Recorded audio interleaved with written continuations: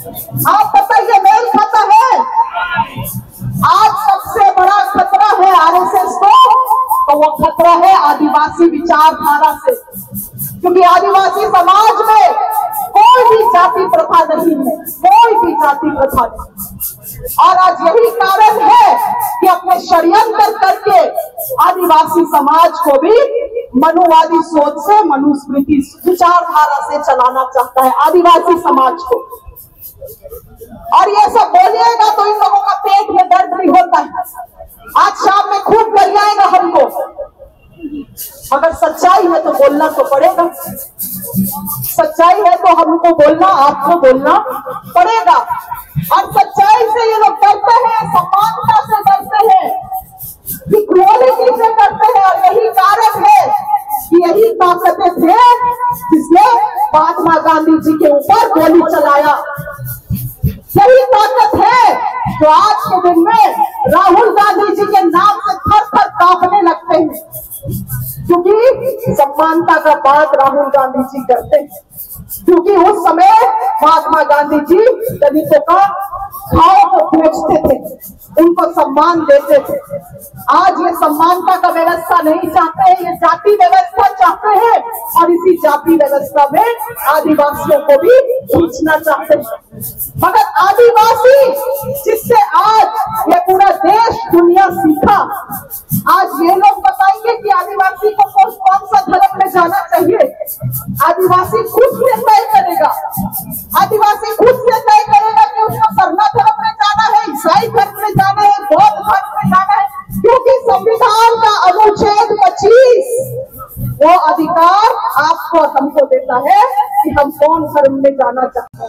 और पॉलिसी विशेषकर नीति निर्धारण में बेहतर जानकारी रखने वाले हमारे प्रदेश प्रभारी आदरणीय राजू साहब, हमारे झारखंड प्रदेश के सह प्रभारी श्री प्रहलाद प्रसाद जी, हमारे राष्ट्रीय कांग्रेस के आदरणीय मोदी जी से ये अनुरोध करूंगा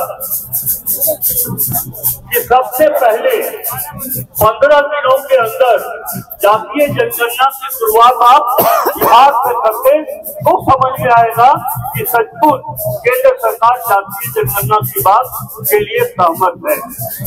सबसे बड़ी बात यह है, ये उनकी नीति में नहीं, उनके नियत में नहीं है, भारतीय जनता पार्टी के सरकार के नियत से। देश का जो पिछड़ा हुआ वर्ग है, चाहे वो दलित हो, शोषित हो, गरीब हो, अल्पसंख्यक हो, आदिवासी हो, अनुसूचित जाति हो, कभी भी उन्होंने इनके हित की बात नहीं की। 15 वर्षों से शासन में, अब वो समय आ रहा है उनका, 15 वर्ष पूरा हो जाएगा 2019। एक भी उदाहरण बता दीजिए।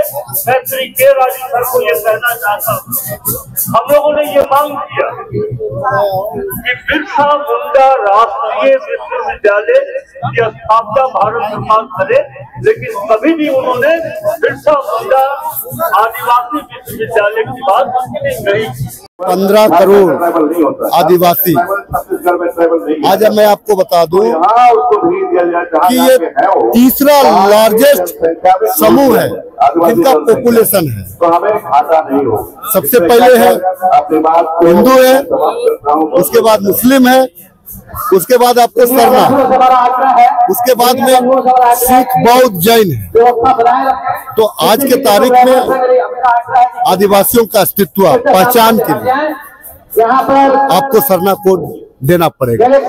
आज इनकी संख्या घट रही है, आज इनका अस्तित्व खतरे में है। तो मैं राहुल गांधी का आभार व्यक्त करूंगा कि देश के हर कमजोर वर्ग का भी वो साथ देते हैं और वर्ग का साथ देते हैं। और हम कांग्रेस पार्टी, कांग्रेसी लोग हैं, हम आदिवासियों का, पूरे देश के आदिवासियों के साथ कांग्रेस पार्टी न्याय करेगी।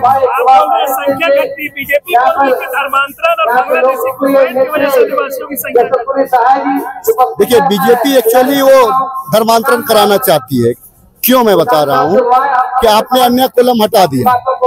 2011 में झारखंड प्रदेश में 50 लाख लोगों ने सरना कोड लिखा। आप बताइए वो कहाँ लिखेंगे? मतलब आप चाह रहे हैं कि वो हिंदू में लिखें? कहने का मतलब ये है धर्मांतरण तो 50 लाख लोगों का आप एक बार में कराना चाह रहे हैं। तो आप जो है मीठा मीठा बोल करके आपको तर्क में जाना होगा। अगर 2011 तक अन्य कॉलम था तो आपने क्यों हटाया? 2000 अभी का गणना में आपने क्यों हटाया इसको? जवाब दे भाजपा।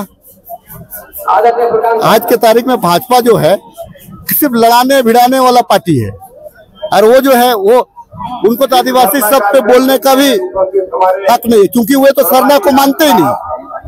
अब मात्र 1% लोग नहीं मानते, 1% लोग जो है वो सरना को नहीं मानते, बाकी तमाम लोग तो मान रहे हैं। तो 1% को लेकर के भाजपा चल रही है। आगे किस तरीके से आप लड़ाई लड़िएगा? सरकार में है यहाँ पे। देखिए, अगर जो कॉलम नहीं लगाइएगा तो जो राजेश कच्छप कांग्रेस का विधायक हूँ, कांग्रेस का उप नेता भी, डिप्टी CLP, लेकिन उससे पहले मैं आदिवासी हूँ, तभी कांग्रेस पार्टी ने मुझे रिजर्व सीट से टिकट दी। जब मेरा अस्तित्व ही नहीं रहेगा तो मैं फिर इस गणना में पार्टिसिपेट क्यों करूंगा? मैं पार्टिसिपेट नहीं करूंगा, इसका मतलब कि मेरे जैसे और लोग होंगे जो पार्टिसिपेट नहीं करेंगे। आपको कॉलम तो देना पड़ेगा।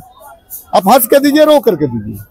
आदिवासियों के साथ आप छल नहीं करते। और राहुल जी का आभार, इस देश के मूलवासी समझते हैं आदिवासी धर्म को जो हमारा पुराना मान था, इसको आपने यहाँ पर लाने का काम किया, और खास करके आज भाजपा को आईना दिखाने का जो आपने काम किया है, निश्चित तौर पर हम एक काम में से ये राजू साहब को बधाई देते हैं और आप लाख लाख धन्यवाद देना चाहते हैं।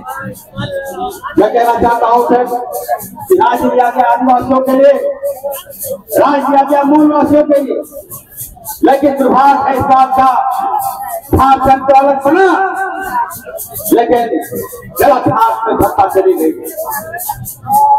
भाजपा के हाथों में सत्ता चली गई, 3 राज्य अलग हुए, झारखंड, छत्तीसगढ़, उत्तराखंड एक साथ अलग हुआ। वहां पर तीनों राज्य अलग हुआ, वहां कांग्रेस की सरकार, उत्तराखंड में कांग्रेस की सरकार बने, छत्तीसगढ़ में कांग्रेस की सरकार बने, लेकिन दुर्भाग्य है कि झारखंड में भाजपा की सरकार बनी। आज मैं कहना चाहता हूँ, चले जाइए छत्तीसगढ़, आप चले जाइए उत्तराखंड, कहाँ से कहाँ चला गया, लेकिन हमारा झारखंड जो है यहाँ आप देखिए राज्य बना, लेकिन हमें हमारा विकास नहीं मिला। 18 साल फिर भाजपा बेईमानों ने यहाँ का राज किया, लेकिन कभी भी किसी धर्म का सम्मान नहीं किया। आज बताइए, आदिवासियों के लिए राज दिया गया, आज हमारा आदिवासियों का अस्तित्व खतरे में है, उनकी पहचान खतरे में है, उन्हें कोई देखने वाला नहीं। लोगों को हमारे देश के नेता आदरणीय मल्लिकार्जुन खड़गे जी को और आदरणीय राहुल जी को भी आभार व्यक्त करना चाहिए कि सरना धर्म को जनगणना में शामिल करने को लेकर उन्होंने देशव्यापी इस आंदोलन को करने की बात कही है। और हमारे झारखंड प्रदेश